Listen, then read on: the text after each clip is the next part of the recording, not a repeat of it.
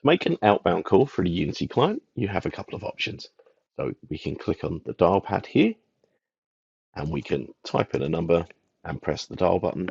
When we do that, Teams will ring, you answer the call, and the outbound call will connect.